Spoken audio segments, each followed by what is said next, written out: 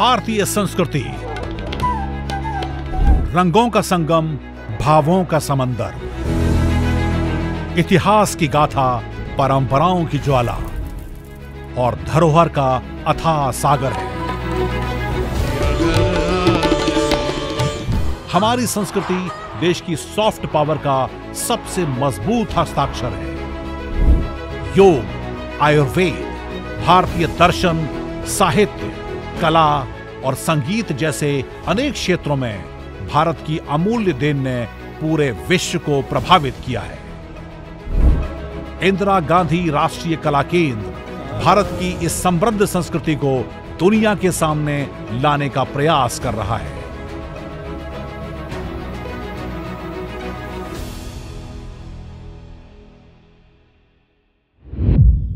नमस्कार, स्वागत है आप सभी का इंदिरा गांधी राष्ट्रीय कला केंद्र और संस्कृति मंत्रालय की इस खास पेशकश में।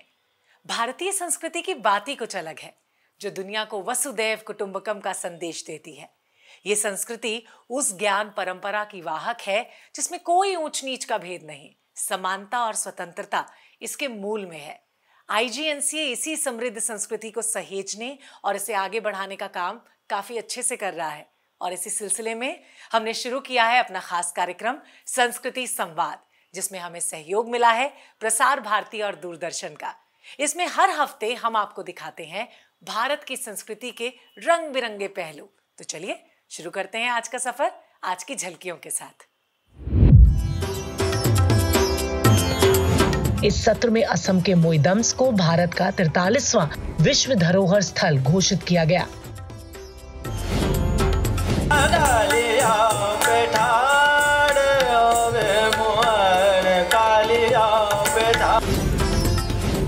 The splendor of crystal blue waterline and tiny waves of the Indian Ocean in Bali.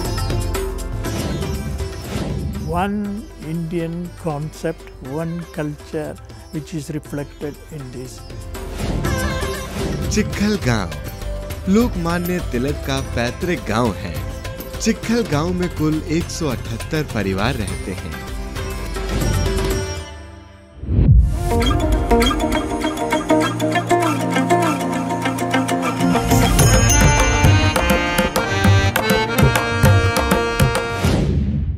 IGNCA अपने मुख्य केंद्र और रीजनल सेंटर्स पर हर हफ्ते बुक लॉन्चेस, पेंटिंग प्रदर्शनी, अपने फील्ड के एक्सपर्ट्स द्वारा किसी टॉपिक पर टॉक शो, सेमिनार और अपने फील्ड में बेहतरीन योगदान देने वाले लोगों की याद में मेमोरियल लेक्चर और स्पेशल कल्चरल इवेंट्स का आयोजन करता है। तो आइए संस्कृति संवाद के इस सेगमेंट में देखते हैं IGNCA में पिछले हफ्ते कौन कौन से इंपॉर्टेंट प्रोग्राम्स को ऑर्गेनाइज किया गया और नजर डालते हैं इस हफ्ते की सुर्खियों पर। नई दिल्ली के भारत मंडपम में 21 से 31 जुलाई तक विश्व धरोहर समिति के 46वें सत्र का आयोजन हुआ। यह आयोजन वैश्विक धरोहरों के प्रति भारत की प्रतिबद्धता को उजागर करता है। इस सत्र में असम के मोईदम्स को भारत का 43वां विश्व धरोहर स्थल घोषित किया गया। ये जो साइट हमारी इंस्क्राइब हुई है, ये पूर्वोत्तर भारत के लिए निश्चित रूप से एक बड़ी सफलता और आसाम के लिए भी एक बहुत बड़ा दिन है। इसके साथ ही भारत विश्व धरोहर स्थलों की सूची में 6ठे स्थान पर पहुंच गया। भारत में लोकतांत्रिक व्यवस्था हजारों वर्षों से चली आ रही है। इसी भाव को अभिव्यक्त करते हुए IGNCA ने विश्व धरोहर सत्र के दौरान भारत लोकतंत्र की जननी प्रदर्शनी लगाई, जिसमें वैदिक काल से लेकर आधुनिक काल तक भारत में लोकतंत्र की परंपरा को प्रदर्शित किया गया। देश विदेश से आए प्रतिनिधियों ने इस प्रदर्शनी की सराहना की। My name is Tu Won-jo from Republic of Korea. So I am currently serving as a president Ecomos Ecoforce. Congratulations on this meaningful exhibition. Its definition is history stems from all over the world. Focused on India, it is also very valuable to proceed such a spirit of the community involvement. To talk of the presentations that we are seeing here, very well thought presentations depicting the rich history and heritage of history, of India, as well as the democracy process. इसमें लगी मोहनजोदड़ो की dancing girl की प्रतिकृति आत्मविश्वास और स्वतंत्रता का प्रतीक है, जो भारत के लोकतांत्रिक मूल्यों को दर्शाती है। ये प्रदर्शनी बहुलतावाद, सहिष्णुता और सामूहिक शासन की परंपरा प्रमाण है। प्रोफेसर नामवर सिंह ने हिंदी साहित्य में आलोचना को एक नई दिशा दी। आईजीएनसी का कला निधि विभाग उनकी स्मृति में हर साल प्रोफेसर नामवर सिंह स्मारक व्याख्यान का आयोजन करता है। इस साल केंद्र ने उनकी स्मृति में नामवर का होना और न होना विषय पर व्याख्यान आयोजित किया। कार्यक्रम के दौरान नामवर सिंह की पुस्तक हिंदी कविता की परंपरा का लोकार्पण भी किया गया, जिसका संकलन उनके बेटे विजय प्रकाश सिंह ने किया। अपने अध्यक्षीय वक्तव्य में आईजीएनसी के अध्यक्ष राम बहादुर राय ने कहा, मैं ये मानता हूँ कि हिंदी आलोचना को नामवर सिंह जी ने समालोचना में बदला और नामवर जी समालोचक थे। समालोचक मैं इस अर्थ में कहता हूँ कि वो सम्यक व्यवहार उनके व्यक्तित्व का केंद्रीय बिंदु था। व्याख्यान के मुख्य वक्ता दिल्ली विश्वविद्यालय के पूर्व सम कुलपति प्रोफेसर पचौरी ने कहा, मन में हमारे उनके प्रति आदर रहा हमेशा कि वो बेहद पढ़े लिखे, बहुत कुशाग्र बुद्धि, प्रत्युत्पन्नमति से हमेशा लैस उद्धरणों के भंडार थे। वो पूरी जिंदगी जंजीरों को तोड़ते रहे। वहीं विजय प्रकाश सिंह ने कहा कि उनके पिता सरस्वती पुत्र थे। आईजीएनसी के कला दर्शन विभाग ने वामाक्षी महिलाओं की दृष्टि से भक्ति विषय पर व्याख्यान का आयोजन किया।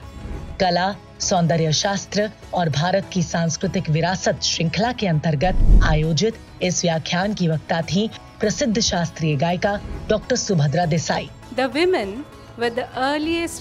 women were the earliest poetesses of our country, whose feelings and spiritual experiences arrived to us through songs, preserved through oral traditions in different genres of Indian music.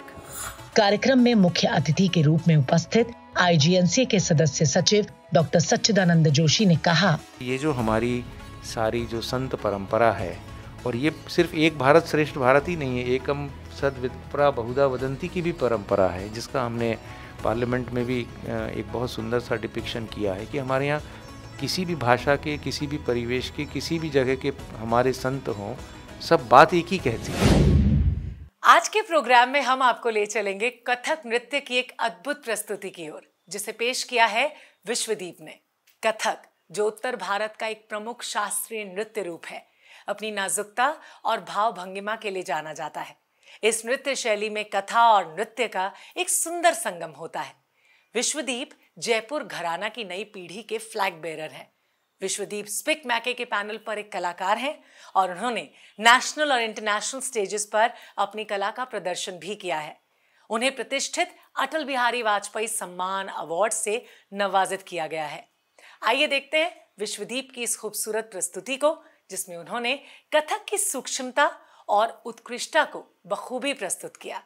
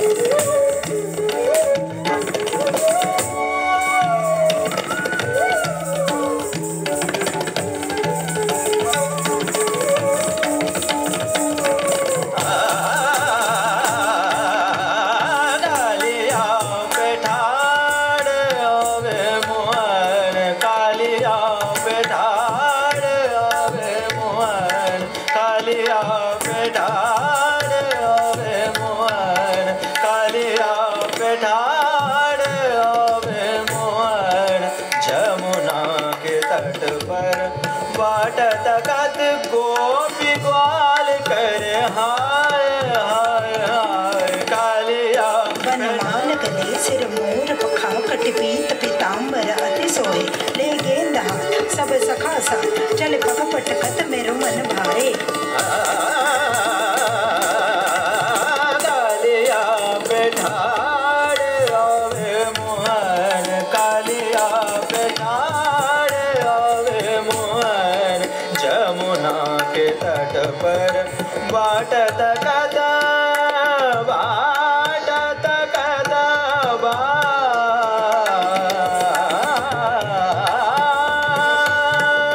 Jamuna के तट पर बाट तकत गोपी ग्वाल कर हाय हाय हाय कालिया किशोर मचावड़ भारी आकुल वृक्ष व्याकुल नर नारी धाय नंद धाये महतारी रोए पुकार राधा सखी प्यारी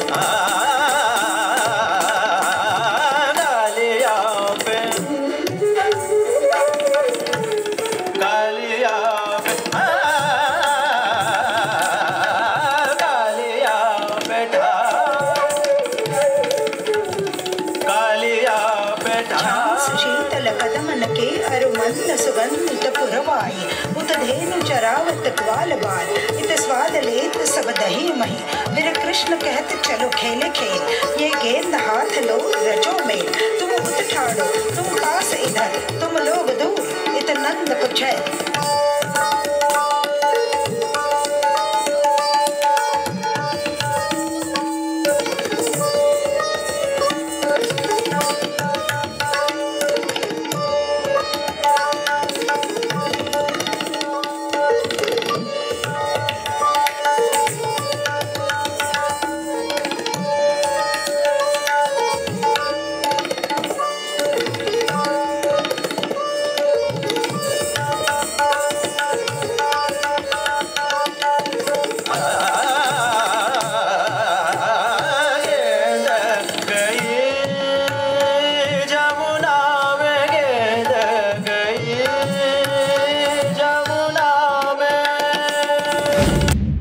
विश्वदीप की मनमोहक कथक प्रस्तुति को देखकर आप खिल उठे होंगे। और हमारा अगला सेगमेंट है वो जहां हम आपको दिखाते हैं फिल्में जिसमें हमारी संस्कृति की झलक देखने को मिले। तो आज की फिल्म है बाली यात्रा। दे से दे केम फ्रॉम इंडिया। बाली में गुरुकुल प्रणाली की एक लंबी विरासत है।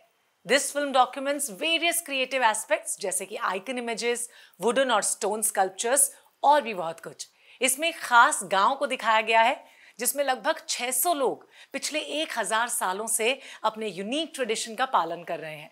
इस फिल्म को डायरेक्ट किया है डॉक्टर गौतम चैटर्जी ने। तो आइए देखते हैं इस अद्भुत फिल्म को और समझते हैं बाली की सांस्कृतिक धरोहर को।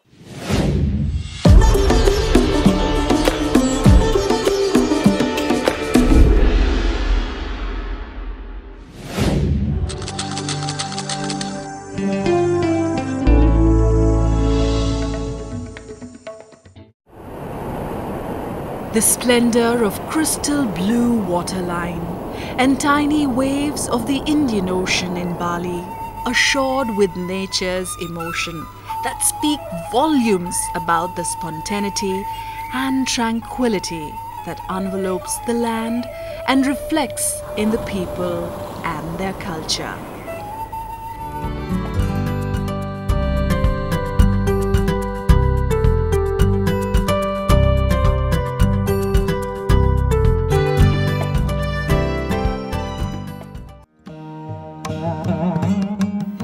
Explore the nuances of Indian culture and also fathom the roots of Indian ancestors who came to Bali some millennia ago, we journeyed to Denpasar to document the Bali festival.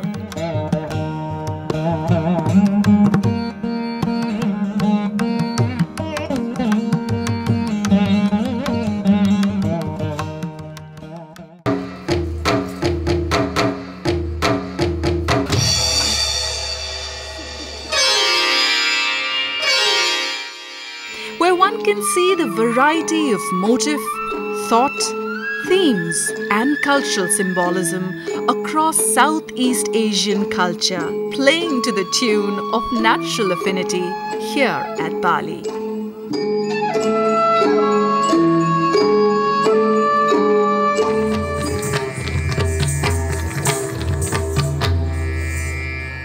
Bali Yatra was one of our focus to understand how from the ancient Kalinga or the modern Orissa, people came to this land which is celebrated through a romantic enactment called Bali Yatra, where the prince of Kalinga fell in love with the daughter of a Bali priest.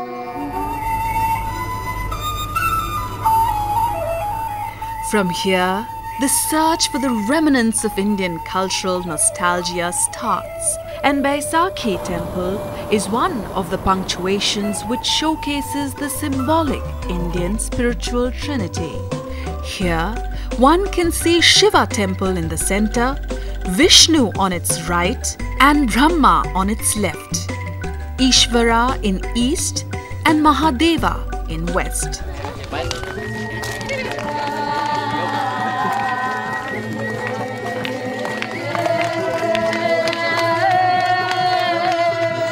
Vishnu symbolically represented with black color, Mahadev in yellow, white is Ishvara and red is Brahma. These are the symbolic colors which denote these gods.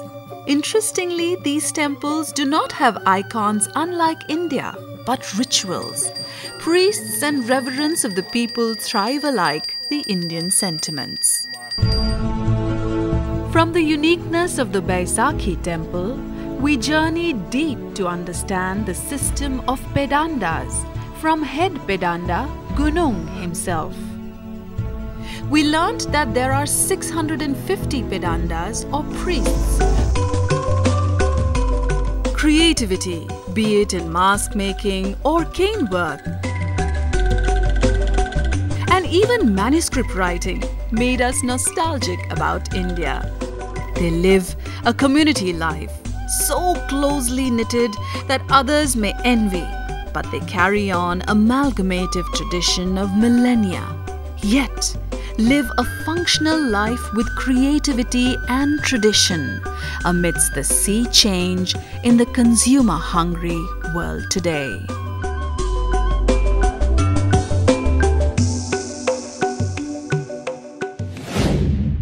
Cine circle में इस खास film को देखने के बाद बढ़ते हैं अपने अगले सेगमेंट की तरफ, विशेष साक्षात्कार, जिसमें हम किसी जानी मानी शख्सियत से आपको रूबरू करवाते हैं। तो आज इसमें बात होगी पद्म भूषण डॉक्टर रामचंद्रन नागस्वामी की। डॉक्टर नागस्वामी भारतीय पुरातत्व और इतिहास के क्षेत्र में एक प्रमुख नाम है। उन्हें पद्म भूषण से सम्मानित किया गया है और उन्होंने भारतीय कला, संस्कृति और इतिहास के अध्ययन में अभूतपूर्व योगदान दिया। उन्होंने अपने काम से तमिलनाडु और दक्षिण भारत की समृद्ध सांस्कृतिक धरोहर को दुनिया के सामने लाने का महत्वपूर्ण कार्य किया। उनकी किताबें और उनके लेखों की चर्चा दूर दूर तक होती है। IGNC के साथ उनका जुड़ाव विशेष रूप से उल्लेखनीय है, जहां उन्होंने अपने गहन ज्ञान और अनुभव के माध्यम से कई परियोजनाओं का नेतृत्व किया और संस्थान के कार्यों में इंपॉर्टेंट रोल प्ले किया। तो आइए इस विशेष साक्षात्कार में आज मुलाकात करते हैं डॉक्टर रामचंद्रन नागस्वामी से और जानते हैं उनके जीवन के कुछ और पहलुओं के बारे में।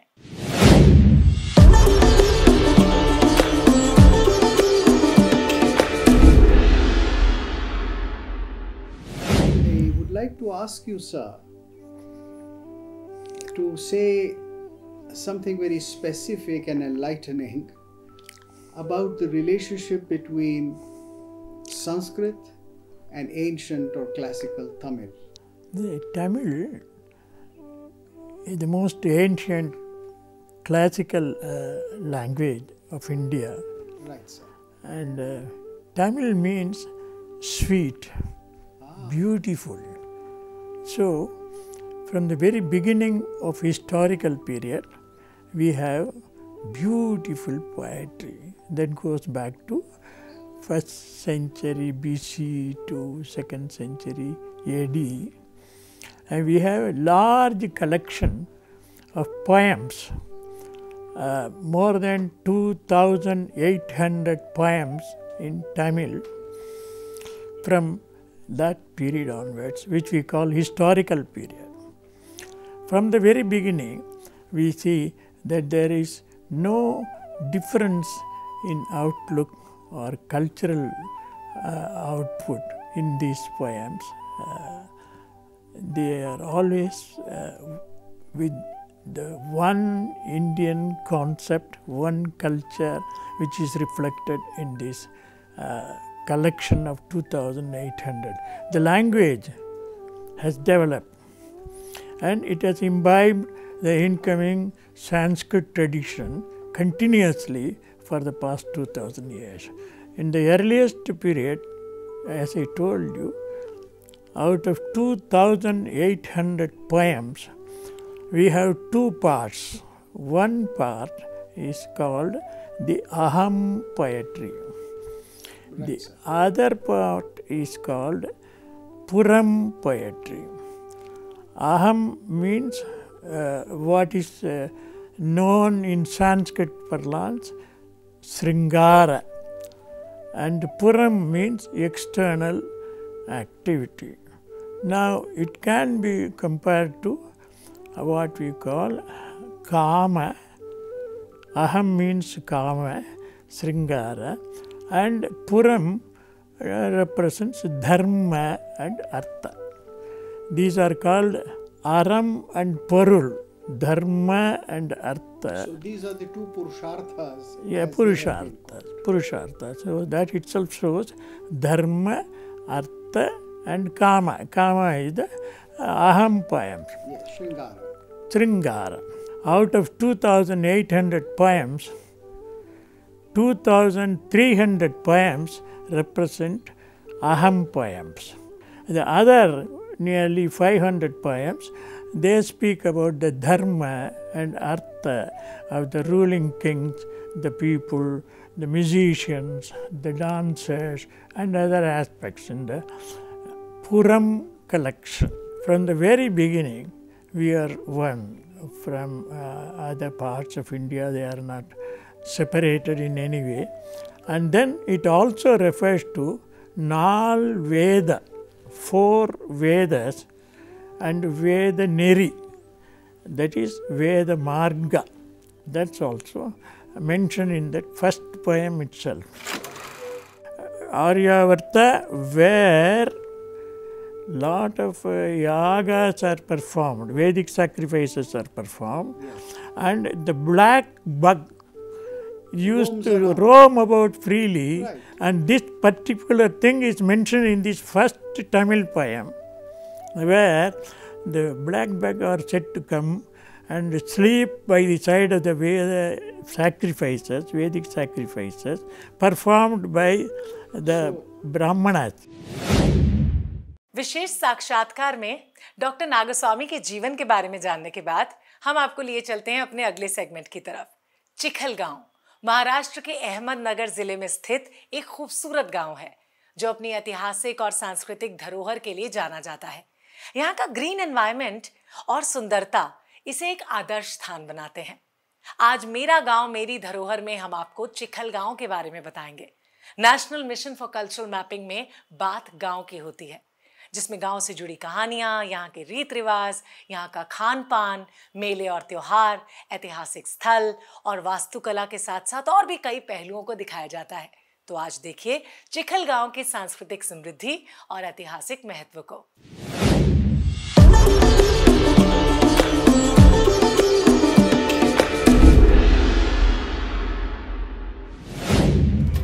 चिखलगांव लोकमान्य तिलक का पैतृक गांव है।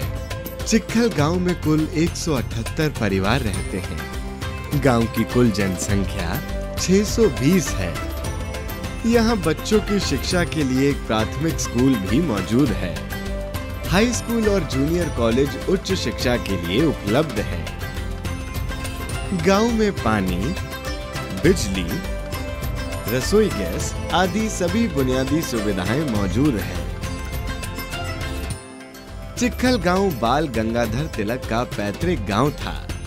रत्नागिरी में तिलक के जन्म स्थान को महाराष्ट्र राज्य के पुरातत्व विभाग द्वारा संरक्षित किया गया है और इसे स्मारक के रूप में घोषित किया गया है। बाल गंगाधर तिलक एक भारतीय राष्ट्रवादी, शिक्षक और एक स्वतंत्रता कार्यकर्ता थे। वे लाल बाल पाल की तिहाई के 1/3 थे। तिलक भारतीय स्वतंत्रता आंदोलन के पहले नेता थे।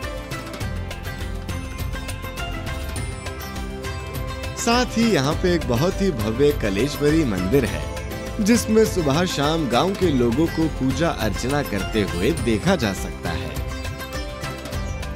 यहाँ की स्पेशल डिश फिश नचनी भाकरी है और यहाँ के लोग होली, गणपति स्थापना और विसर्जन, दही हांडी बहुत ही जोर और शोर से मनाते हैं। तो आपको संस्कृति संवाद का हमारा आज का एपिसोड कैसा लगा, हमें जरूर बताइए। अगर आपके पास हमारे प्रोग्राम को लेकर कोई सजेशन है तो उसे भी हमें भेजिए, ताकि इसे हम और बेहतर बना सके। अपने सुझाव आप हमें इस ईमेल आईडी पे भेज सकते हैं।